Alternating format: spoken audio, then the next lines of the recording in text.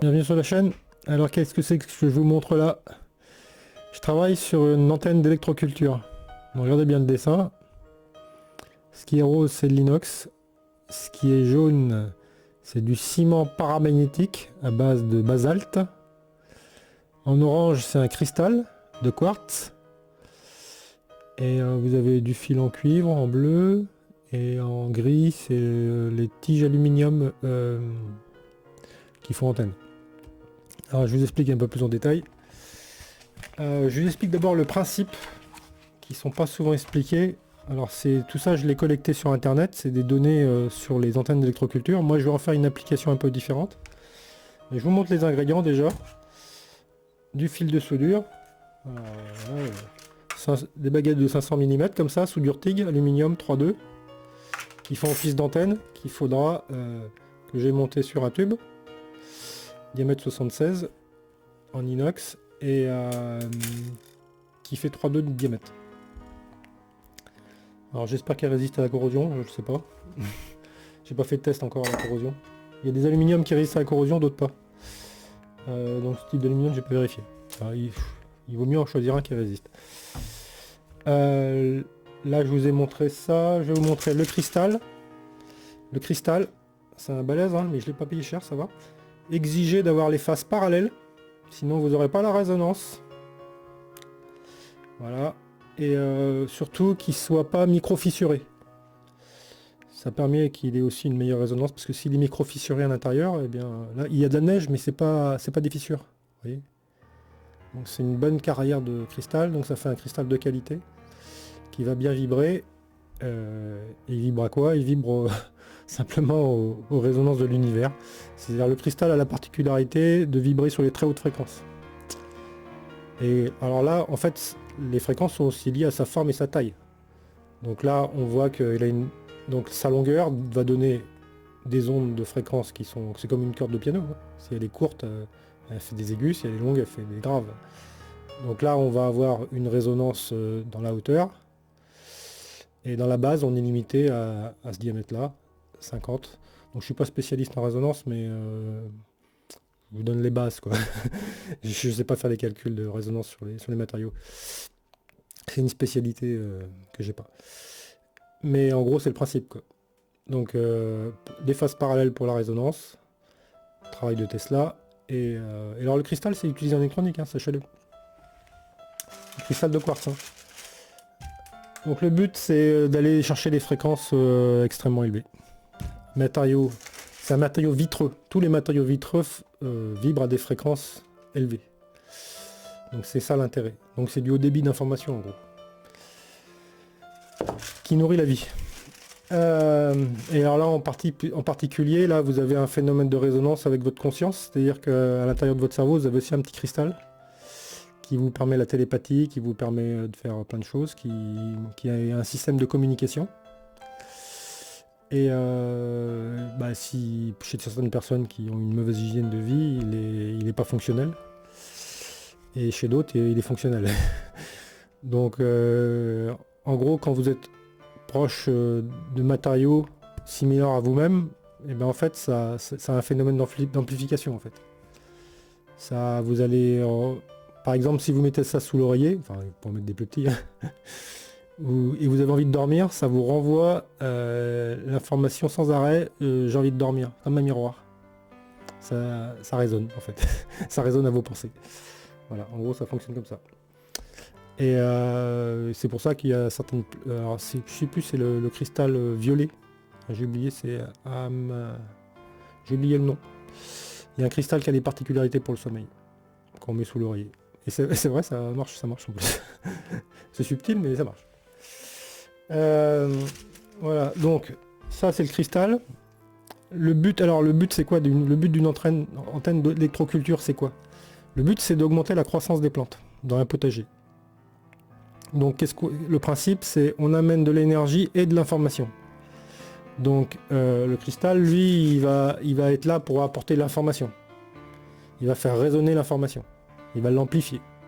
En gros c'est ça, c'est un amplificateur, c'est un résonateur. Et les informations elles viennent d'où? Elles viennent de l'univers entier, toute la matière qui constitue l'univers.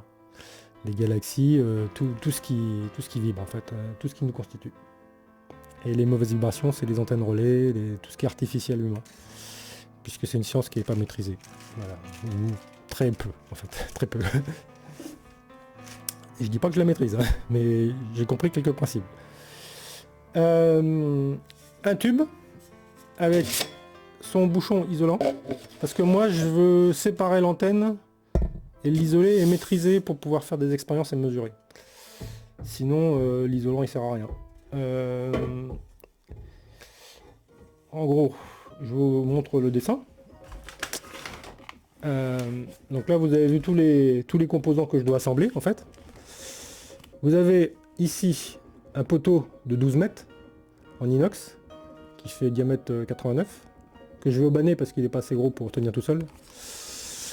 Vous avez le même tube là que je vais fendre, que je vais emboîter dedans, qui va servir de manchon en fait. En fait, toute l'antenne, c'est ce qui s'emboîte à partir de là. Attends, oula, oula. À partir de là, hop, tout ça, tout ça, tout ça, ça, ouais, ça, tout ça, tout ça. Je fais à l'envers. Tout ça, ça s'emboîte. Et ici, je mets une bride, comme les colliers de serrage sur les pots d'échappement, et je serre contre le mât. Je fais un emboîtement égal à 2 fois le diamètre, ça ne pourra pas se décrocher. Et l'isolant, le bouchon que vous voyez là, c'est ici. Faut que je monte comme ça. Hop, vous voyez, ça c'est le bouchon que je viens de vous montrer en plastique blanc là, qui fait l'isolant. Donc mon antenne, et ici vous avez le fil. Donc sur le collier, je vais mettre le fil en cuivre. Je vais revenir sur une cosse pour assembler pour repartir avec du fil. Ouais, parce que moi je fais en 2 fois, mais est-ce que c'est bien nécessaire de faire comme ça? Parce que j'aurais mis une tige d'assemblage.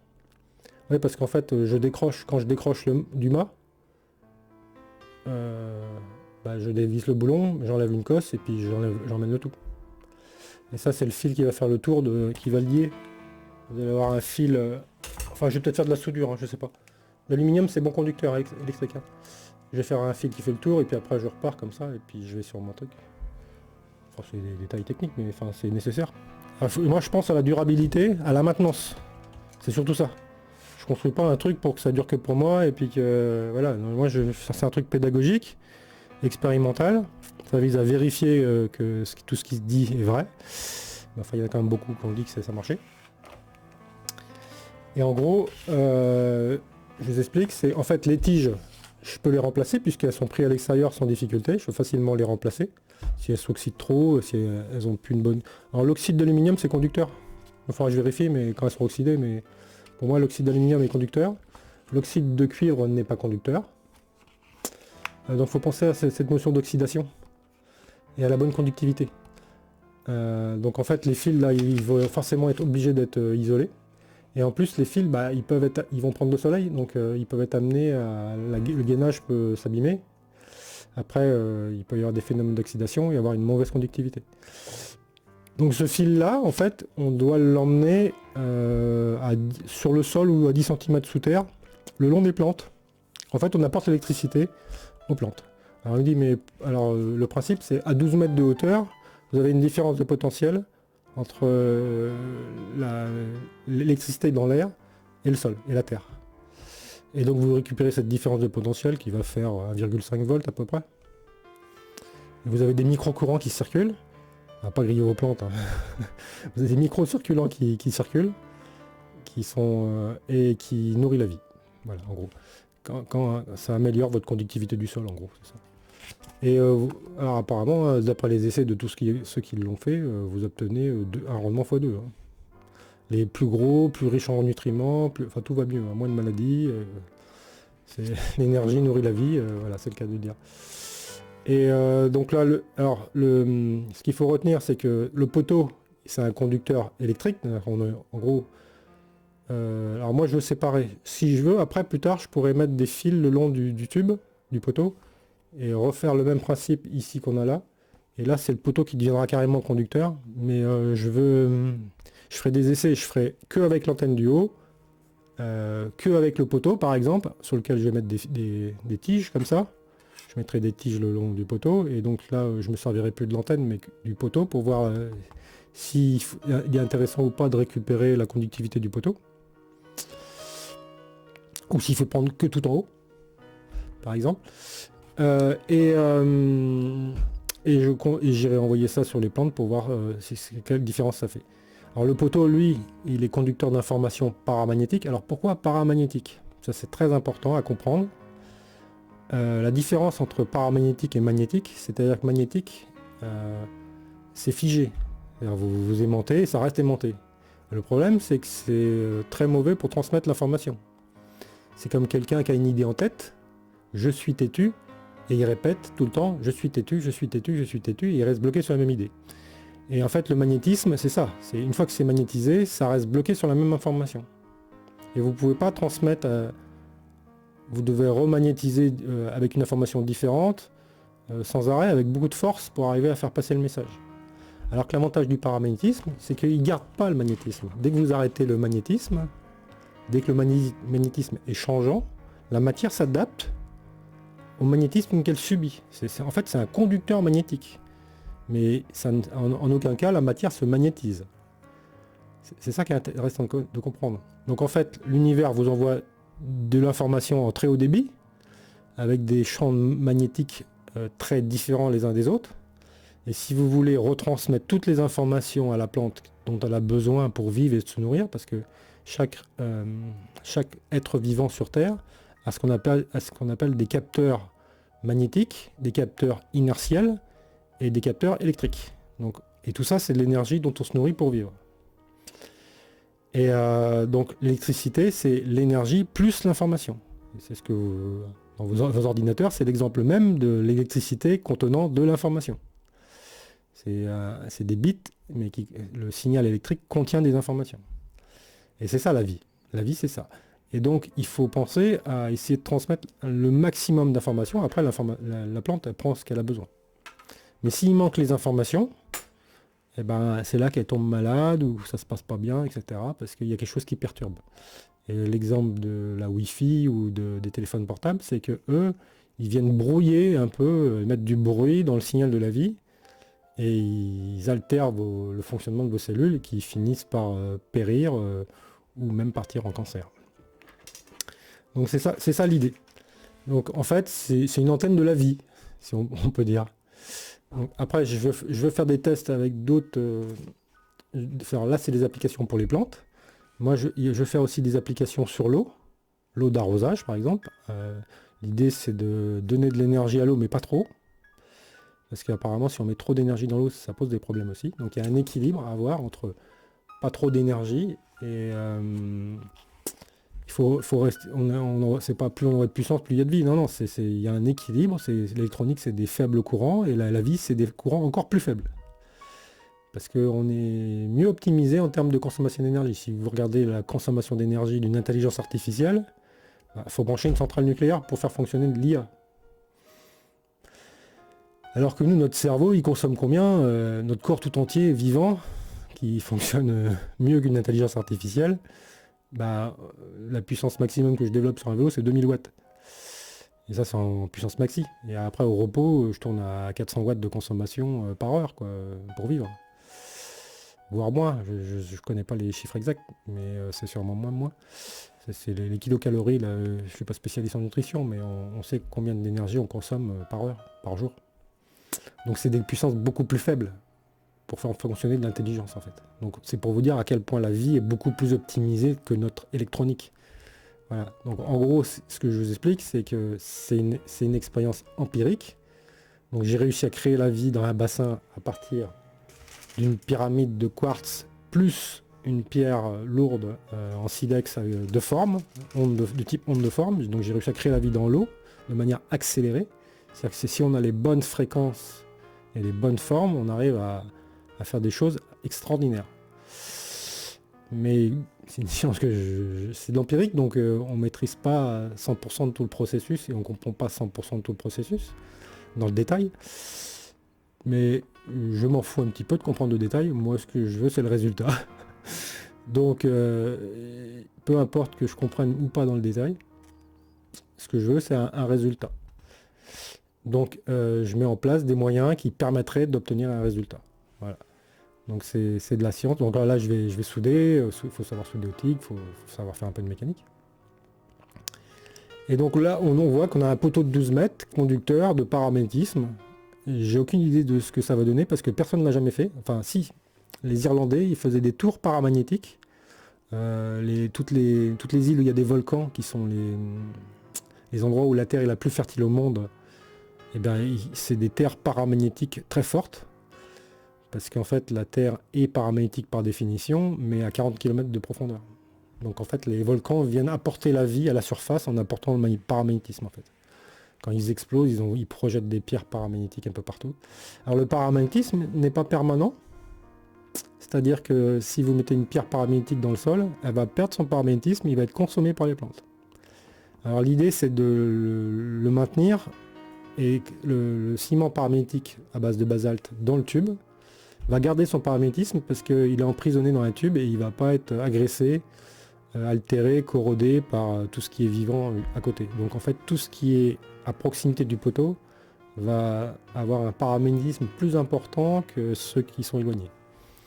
Donc celui qui se rapproche, il aura un avantage par rapport à ceux qui sont plus loin, même si le fil électrique vient lui apporter l'énergie électrique. Et c'est là que je vais peut-être feinter et faire évoluer ce qui se fait dans les antennes classiques. C'est qu'en fait, je rajoute une donnée, c'est que je veux mettre ici un fil de nickel paramagnétique. C'est-à-dire, quand je fais un ciment paramagnétique, la continuité paramagnétique n'est pas forcément très bonne puisque c'est un mélange de ciment et de poudre de basalte, oui c'est bien ça. Et donc moi je trouve que c'est pas très optimisé. Donc je me dis je vais rajouter un fil en nickel qui est un matériau paramagnétique qui ne s'oxyde pas, qui est durable. Et je vais le mettre et puis je vais faire des essais pour voir si en plus de ce qu'on apporte en électricité, on vient ajouter l'information paramagnétique sur sur l'antenne que je conduis que le magnétisme en fait. Est-ce que ça apporte un plus? Voilà. C'est ça l'idée. Alors ça, il faut savoir que eux ils rajoutent des aimants sur le fil qui conduit vers les plantes. Ils en mettent un, je crois, ils en mettent qu'un seul. Il est en boîte, c'est un aimant qui sont avec un trou au milieu et ils mettent le fil dedans. Et c'est dirigé pas en opposition du nord, hein. C'est en accord, on ne s'oppose pas au champ magnétique de la Terre, on va dans son sens. Donc on met l'élément dans le bon sens. Donc je sais plus comment. Il suffit d'utiliser une boussole pour savoir. Vous prenez une boussole, vous voyez où la partie positive de l'aiguille se dirige et puis vous mettez l'aimant dans le même sens côté positif. Pour suivre l'ordre des choses, quoi. Pas s'y opposer. Alors les aimants ont aussi un défaut. Moi c'est que en fait les aimants ça attire les particules à haute énergie. Et c'est par définition, si vous portez un aimant tout le temps sur vous, vous allez attraper le cancer. Parce que vous allez vous attirer à vous les particules à haute énergie, ça va vous fatiguer. C'est comme si on vous mitraillait à coups de rayon X, quoi. En gros c'est ça. Parce qu'il y a quand même des particules à haute énergie qui arrivent à passer le champ magnétique terrestre et qui vont jusqu'au sol. Tout n'est pas complètement dévié. Donc vous allez l'attirer à vous. Donc je suis pas tellement pour les aimants parce que c'est... Enfin jusqu'à 1,50 m, ça attire pas forcément des bonnes choses. Mais eux, ils ont trouvé une efficacité dans les aimants, mais c'est-à-dire que l'aimant, il est... Forcément, si vous avez 10 mètres de fil, le magnétisme se perd d'abord avec la longueur, hein, forcément. Alors je sais pas trop quoi penser sur les aimants permanents que l'on met sur le fil électrique qui va aux plantes. Je sais pas trop pourquoi ils font ça, j'ai pas trop compris pourquoi ils font ça. Ils le font parce qu'ils ont constaté que ça a marché, que ça a apporté un plus. Mais je me demande s'il n'y a pas des erreurs aussi qui sont commises dans les croyances. Voilà. Donc, parce qu'il faut toujours vérifier le résultat. Donc le truc c'est de mettre un fil avec aimant et puis un autre sans aimant, qui n'a pas l'aimant, sur deux parcelles de culture qui ont le même rendement, où il n'y a pas des problèmes à 1 mètre près, des fois on peut avoir des différences. Hein. Donc on sait que là quand on fait sur ces deux parcelles, ça se passe toujours pareil, donc bien. Donc maîtriser tous les paramètres pour pouvoir valider est-ce que ça c'est utile, pas utile, est-ce que ça apporte ou pas, etc. Alors vous allez me dire, ah oui mais tout ça c'est des métaux, l'environnement, etc. Alors moi je vous dis, les humains sur Terre, qu'est-ce qu'ils ont comme caractéristiques? Ils sont totalement inadaptés à la Terre, hein. On n'a pas de fourrure, on est obligé de mettre des vêtements, on est obligé de faire de la technologie pour pouvoir vivre, contrairement à tout ce qui vit sur Terre. On est les seuls dans ce cas. Par contre, on a une particularité, c'est qu'on est beaucoup plus intelligent et on a des mains. Et nous, notre rôle sur Terre, c'est pas de détruire la vie ou d'en profiter pour la consommer. C'est pas ça. Le but, c'est d'apporter de l'intelligence à la vie pour optimiser la vie sur Terre. Et donc ça, c'est une manière de venir optimiser la vie, c'est-à-dire on utilise les matériaux qui sont éparpillés, les métaux qui sont éparpillés sur la Terre de manière désordonnée, mais ça a aussi une utilité hein, pour le fonctionnement du champ magnétique de la Terre. Faut pas non plus complètement tout... Si on prenait tout le fer de la Terre et on mettait tout au même endroit, ça créerait des problèmes. faut avoir une certaine uniformité. Ce que je veux dire, c'est que c'est une manière intelligente d'utiliser les matériaux pour optimiser la vie. Et dans ce cas-là, à condition que ça soit durable, pas que ce soit des matériaux qui durent 50 ans, et puis après c'est tout rouillé, tout pourri, et puis ça marche plus. Non, là j'utilise de l'inox, j'utilise du nickel, donc c'est des matériaux que dans 1000 ans, ça sera toujours là. Donc c'est une manière intelligente d'utiliser les matériaux pour apporter plus de vie, favoriser la vie. Voilà, en gros c'est ça l'idée. Ouais, donc quand ça sera construit, je vous montrerai, mais il va falloir que je fasse accepter l'antenne par la mer, qui va trouver bizarre de voir un truc à 12 mètres de haut avec une antenne en haut qu'elle va pas comprendre à quoi ça sert. Et parce qu'il faut qu'elle autorise la demande de travaux, parce qu'il faut faire une demande, parce que maintenant tout passe par le pouvoir, et faut convaincre des gens hein, qui n'ont pas forcément une connaissance scientifique suffisante pour comprendre l'utilité des choses. Donc moi ce que je fais sur le poteau, je feinte un peu, c'est j'ajoute un lampadaire, style patrimoine. Et je donne une double utilité et je mets une antenne dessus et puis je réclame mon droit à l'antenne. Tout le monde a une antenne sur sa maison. Je réclame mon droit à l'antenne. Et là c'est pour mon potager. Voilà, c'est l'idée. Et il faut que ce soit si possible pas moche. Hein. Donc le cristal elle le verra pas parce qu'en fait ça sera entouré. Parce que le cristal, les gens ils pourraient dire c'est bizarre, ils posent des questions. Les mauvaises langues vont plus vite que les bonnes. Hein. Donc en fait en gros le cristal il se verra pas parce qu'il sera entouré des fils. Et puis c'est une antenne quoi, voilà. Alors bien sûr ça sera écarté hein, pour aller capter les. Alors le principe c'est, je vous explique, c'est faut que ça soit taillé en pointe pour favoriser le transfert des électrons de l'air vers la tige. Donc on les affûte toutes en pointe et on les écarte pour que en fait pour augmenter sa surface de captation en fait. Voilà, en gros c'est ça. Alors là il y a quasiment une boîte entière, je sais plus il y en a combien dedans, il y en a 1 kg, ouais. Il y a 1 kg d'aluminium là. Voilà. Donc voilà l'idée, et il faut que je construise ça. Et 12 mètres ça sera une des plus grosses antennes de France. Hein. En général elles font 8 mètres, ceux qu'on fait les plus hautes elles sont à 8 mètres. Et surtout, elle sera paramagnétique, contrairement à toutes les autres qui sont pas paramagnétiques, qui sont juste un tube en cuivre ou un tube en ferraille, sur lequel ils ont mis directement l'antenne. Alors il y en a, ils ont un tube en cuivre, et ils utilisent le poteau comme conducteur, puis ils se branchent en bas, et puis ils mettent les petits fils en haut. Donc là, ils utilisent tout le mât. Il y en a d'autres, ils ont une antenne isolée tout en haut. C'est les deux principes.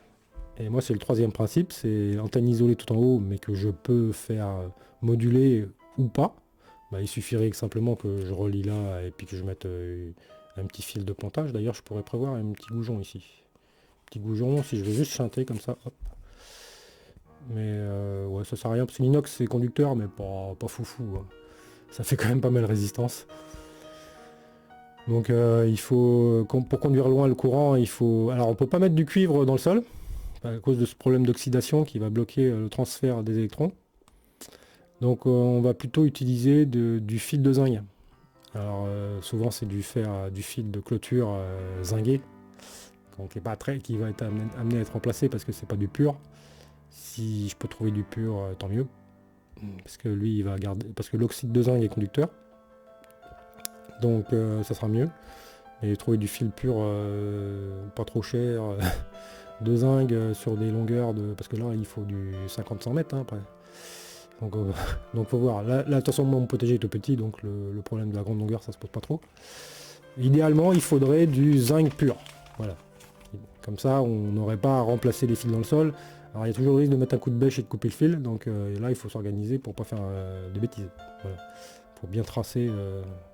Bon, en gros, le fil s'il passe à 5-10 cm de la plante, c'est bon. Hein. Quand vous arrosez, ça va assurer la conductivité. Voilà, voilà. Allez, c'est la fin de ce que je vous présente comme projet que je suis en train de construire. Alors le mât est fait, hein. Le mât est fait, c'est un mât en 2 x 6 mètres avec une jonction au milieu. J'ai tous les brides de bannage sont déjà faites.